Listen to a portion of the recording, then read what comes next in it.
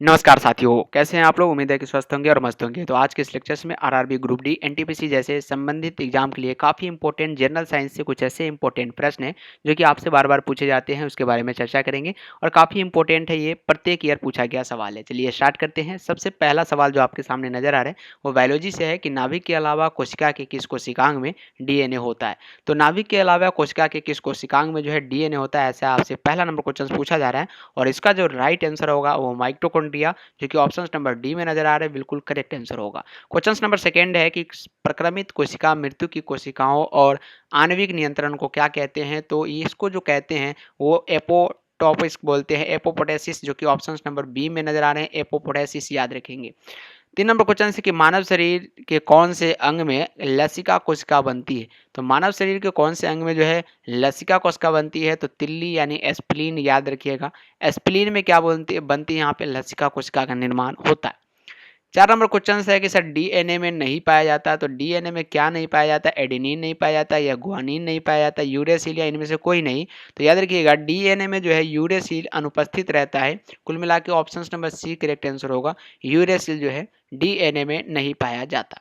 मानव genome का अनुक्रमण सफलतापूर्वक किया गया, तो मानव जीनोम का जो अनुक्रमण है सन 2001 में सफलतापूर्वक किया गया, याद रखिएगा। जीवन की उत्पत्ति के समय पृथ्वी का वातावरण कैसा था? तो जीवन की उत्पत्ति के समय जो है पृथ्वी पर ऑक्सीजन नहीं था, याद रखिएगा, अपापचय था, याद रखिएगा। Option number C correct answer होगा। ये ऑलरेडी आपके एग्जाम में जो है पूछे गए सवाल है। प्रोटीन संश्लेषण यानी प्रोटीन सिंथेसिस में निम्न कोशिकाओं में से किसकी भूमिका सबसे अधिक महत्वपूर्ण है? तो ये अंतःप्रद्रव्य जालिका और राइबोसोम्स का, जो कि ऑप्शन नंबर ए में नजर आ रहे हैं और बिल्कुल ये करेक्ट होगा आपकी एग्जाम के लिए। जैव कोशिका का कौन सा भाग जो है पावर हाउस कहलाता है? तो जैव कोशिका का याद रखेंगे माइटोकॉन्ड्रिया। माइटोकॉन्ड्रिया जो है पावर हाउस कहलाता है सेल्स का। ऑप्शन नंबर यहाँ पे सी करेक्ट होगा।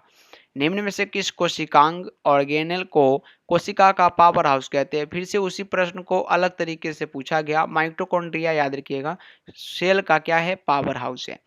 प्लाज्मा झिल्ली बनी होती है, तो प्लाज्मा झिल्ली जो है याद रखिएगा लिपिड से बनी होती है क्या? तो बिल्कुल करेक्ट है, और प्रोटीन से बनी होती है। तो कुल मिला के डी करेक्ट होगा, बी और ए दोनों राइट होगा। यहाँ पे कार्बोहाइड्रेट जो है प्लाज्मा झिल्ली में नहीं पाई जाती। पादप कोशिका जंतु कोशिका से किस प्रकार भिन्न है? तो पादप कोशिका में कोशिका भित्ति होती है, बट जंतु कोशिका में कोशिका भित्ति नहीं पाई जाती है। यानी कुल मिला के कोशिका भित्ति का अंतर है। ऑप्शन नंबर ए करेक्ट है। जो पादप कोशिका में बाहरी जो भित्ति होती है उसको हम लोग कहते हैं कोशिका भित्ति, जो कि काफी मोटी होती है। और यही भित्ति जो है मनुष्य के यानी जंतु के अंतर्गत जितने भी प्रजाति आती है उसमें यहाँ पे पादप में क्या होती है? कोशिका भी होती है, भित्ति होती है, बट इसमें भित्ति नहीं पाई जाती है। पिंड यानी कॉर्पस ल्यूटियम के बारे में बात किया जा रहा है। कहाँ पाई जाने वाली कोशिकाओं के संहित है? तो ये जो है अंडाशय में पाई जाती है। ऑप्शन नंबर ए करेक्ट होगा। जैव कोशिका में निम्न में से क्या अनुपस्थित होता है? तो जैव कोशिका में जो होता है ये क्या होता है? केंद्रक अनुपस्थित होता है क्या? ऐसा बिल्कुल भी नहीं, उपस्थित होता है। सेल्यूलोज की कोशिका भित्ति क्या होती है? उपस्थित होती है। माइटोकॉन्ड्रिया भी उपस्थित होती है, यानी इनमें से कोई नहीं होगा। Option number D correct answer होगा। प्रत्यस्थ यानी प्रत्यस्थ इलास्टिक कह सकते हैं। उत्तक यानी टिश्यू जो हड्डी के एक साथ पकड़े रहते हैं उन्हें क्या बोलते हैं? इसको स्नायु बोलते हैं। लिगामेंट जिसको आप बोलते हैं स्नायु यानी ligament. Option number B correct है। अगला क्वेश्चन है कि सर हमारे शरीर के लघुत्तम हड्डी पाई जाती है। लघुत्तम कहने का मतलब होता है कि सर सबसे छोटी हड्डी जो है हमारे शरीर में कहाँ पे पाई जाती है? तो ये दो प्रश्न यहाँ से बनते हैं, इसको आप याद कर लीजिएगा। सबसे छोटी हड्डी अगर आपसे कहा जाए तो कान की यहाँ पे स्टेपिस हड्डी याद रखिएगा, ठीक है। और सबसे बड़ी हड्डी अगर आपसे कहा जाए तो जांग के फीमर हड्डी याद रखिएगा। तो सबसे बड़ी जांग के फीमर हड्डी और कान की सबसे छोटी स्टेपिस हड्डी याद रखिएगा। नेक्स्ट क्वेश्चन है कि हाल ही में प्रथम बार किस देश के वैज्ञानिकों ने स्टेम सेल से मनुष्य की लीवर कोशिकाओं की रचना की है? तो ये Japan. Option number C correct है। मानव त्वचा है साथियों, मानव त्वचा जो है एक प्रकार का अंग है। मानव त्वचा एक प्रकार का अंग है। निम्नलिखित में से कौन सा प्रथम प्रणालियों में स्तंभ कोशिकाओं के प्रत्यारोपण के संदर्भ में असत्य है? तो असत्य जो है ये केवल भ्रूण में पाई जाती है, ऐसा नहीं है, ये असत्य बातें। मानव शरीर की सबसे छोटी अस्थि अगर आपसे पूछा जाए तो जैसा कि अभी हमने बताया कि कान का स्टेपिस हड्डी मानव शरीर का सबसे छोटी हड्डी होता है। ये प्रश्न में भी आपसे पूछ दिया गया है। निम्नलिखित में से कौन मानव शरीर की सबसे छोटी हड्डी है? फिर से एक ही प्रश्न को कई तरीके से पूछा गया है, जो कि पीवाईक्यू में बार बार रिपीटेड है, इसलिए प्रश्न रिपीट हो रहे हैं। एक कोशिका में गुणसूत्र की संख्या, तो मनुष्य की एक कोशिका में गुणसूत्र की संख्या 23 होती है। एक कोशिका इसलिए क्योंकि एक कोशिका के अंतर्गत क्या क्या आता है, मेल गैमेट भी आता है, इसलिए हम इसको एक कोशिका कहते हैं। अगर मनुष्य की कोशिका डायरेक्ट रहती, एक नहीं रहती, तो 46 होता, बट यहाँ पे एक कोशिका दिया गया है, इसलिए हम 23 लगाएंगे, वो भी जोड़ में लगाएंगे, तो बिल्कुल करेक्ट ही है। कुछ भी कहे, दोनों तरफ से कहे, यहाँ पे जोड़ा में दिया गया है तो बिल्कुल 46 ही है। यहाँ पे एक कोशिका यानी सिर्फ मनुष्य के बारे में बात किया जा रहा है। मनुष्य के अंदर क्या हो सकता है, मादा भी हो सकता है और नर भी हो सकता है। तो इसके अंदर गुणसूत्र की संख्या क्या होती है, 46 होती है। तो 46 मतलब 23 जोड़ा, क्या होगा, 23 जोड़ा या 46 कह दे। मानव शरीर की कोशिकाओं में पाई जाने वाली गुणसूत्रों की जोड़ी होती है। फिर से जोड़ी में जब पूछ दिया गया है तो 23। निम्नलिखित में से कौन हमारे शरीर के सबसे दृढ़ भाग है? दृढ़ भाग कहने का मतलब है कि मजबूत वाला भाग। तो दंत वल्लक, जैसा कि आपको पता है, दंत वल्लक जो कि इनेमल होता है, इनेमल, ये सबसे मजबूत होता है, याद रखिएगा, इनेमल। नेक्स्ट क्वेश्चन से कि वयस्क मानव में होती है, वयस्क मानव में क्या होता है, 206 अस्थियां होती है, और जो नवजात शिशु होता है इसमें 302 से 305 होती है, लेकिन आगे चल के आपस में कंजुगेट हो जाती है बहुत सारे अस्थियां, और लास्ट में क्या बचती है, तो 206 बचती है। मनुष्य के शरीर में पसलियों की कितनी जोड़ी है? तो पसली जो होता है 12 जोड़ी होता है, जो कि छाती में पाई जाती है। 12 जोड़ी पसली पाई जाती है, कुल मिला के 24 होती है।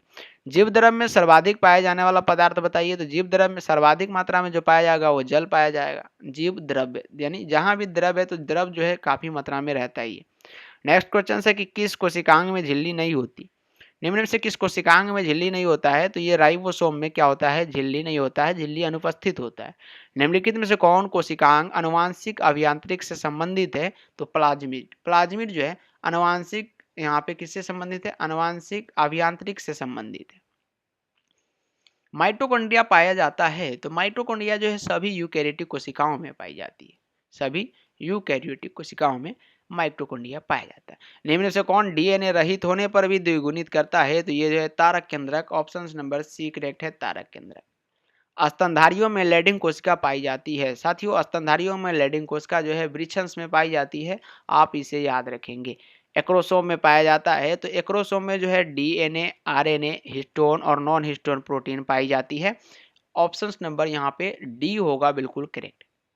80% से अधिक सेल में पाए जाने वाला पदार्थ जो होता है वो क्या होता है, तो जल ही होता है। 80% से अधिक जो पाए जाते हैं वो जल पाए जाते हैं। नाखून काटते समय दर्द नहीं होता, क्योंकि क्या होता है, नाखून मृत कोशिकाओं के द्रव द्वारा बने होते हैं, जिनमें रक्त संरक्षण नहीं होता है, संचरण नहीं होता है। ऑप्शन नंबर बी करेक्ट है। नेक्स्ट क्वेश्चन है कि सर राइबोसोम किसके स्थल कहे जाते हैं? तो ये जो है प्रोटीन निर्माण के स्थल कहे जाते हैं। कौन? राइबोसोम्स। एक डीएनए में 20,000 बेस जोड़े हैं, इसमें कितने न्यूक्लियोटाइड उपस्थित होंगे? तो ये 40,000 होगा। 20 जोड़ा यहाँ पे बेस है, तो इसमें क्या होगा, 40,000 न्यूक्लियोटाइड होगा। ठीक है। जीन बने होते हैं, तो जीन जो होते हैं ये पॉलीन्यूक्लियोटाइड के बने होते हैं। कुल मिला के ऑप्शन नंबर डी करेक्ट है। प्रोकैरियोटिक कोशिकाओं में नहीं होता है, तो प्रोकैरियोटिक में केंद्रक अनुपस्थित होता है। राइबोजाइम्स होते हैं, याद रखिएगा, राइबोजाइम्स जो होते हैं आरएनए में होता है। ऑप्शन नंबर ए करेक्ट है। सभी आपके पीवाईक्यू में ऑलरेडी पूछे गए सवाल है। प्रोकैरियोटिक में यूकैरियोटिक भिन्न है, प्रोकैरियोटिक से यूकैरियोटिक भिन्न होता है, तो स्पष्ट है, अस्पष्ट झिल्ली की अनुपस्थिति होती है। ऑप्शन नंबर बी करेक्ट है। नेक्स्ट क्वेश्चन से 41 नंबर सवाल, और ये भी प्रश्न आपसे ऑलरेडी पूछे गए। निम्नलिखित कथनों क्या है, कथनों में से कौन सा कथन जो है सही है? एक एक करके पढ़ने का प्रयास करेंगे। कथन तो वनस्पति और जंतु दोनों ही कोशिकाओं में कोशिका कला होती है, ये बिल्कुल तो करेक्ट होगा ही। Option number A. 1 मिनट।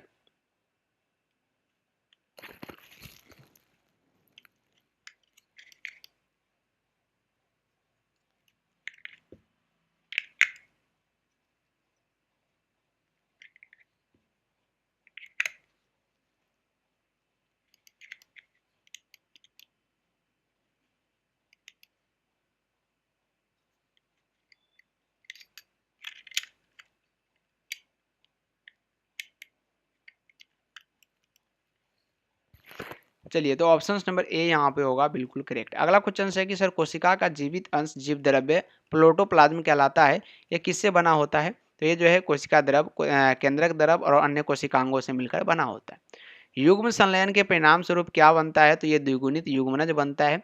कोशिका की आत्महत्या की थैली जो है राइबोसोम्स को कहते हैं, ये कोशिका की आत्महत्या की थैली। लाइसोसोम्स बनता है, तो लाइसोसोम्स जो है गोल्जी काय से बनता है, आप याद रखिएगा। विभिन्न जातियों के एक्स सीटू संरक्षण के लिए निम्न से कौन सा संबंधित है? तो ये germ plasm bank, option number D जो होगा करेक्ट आंसर होगा। 47 नंबर सवाल है साथियों कि जन्म के बाद मानव के किस ऊतक में कोई कोशिका विभाजन नहीं होता? तो याद रखिएगा तंत्रिका याद रखेंगे, option number A correct answer होगा। 48 नंबर है कि जीव कोशिकाओं के आनुवांशिक लक्षणों के नियंत्रण में निम्नलिखित में से कौन सा उत्तरदायी है?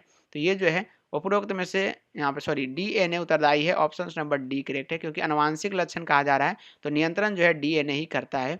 जीन है, तो जीन क्या है बताना है, सेकेंड लास्ट क्वेश्चन होगा आज के इस लेक्चर्स का। जीन जो है डीएनए का एक भाग है। और ये रहा लास्ट क्वेश्चन, लाइसोसोम का लक्षण किसकी अधिक संख्या उपस्थिति के कारण दिखाई देता है? तो ये जो है किसका, हाइड्रोलाइटिक एंजाइम का। तो उम्मीद है कि 50 क्वेश्चन आपको काफ़ी ज़्यादा इंपॉर्टेंट लगा होगा। किस प्रकार के ये प्रश्न थे, अपना अपना फीडबैक जो है कमेंट बॉक्स में देने का प्रयास करेंगे। मिलते हैं फिर से नेक्स्ट लेक्चर्स में, तब तक के लिए आज के लिए इतना ही। Bye bye, take care.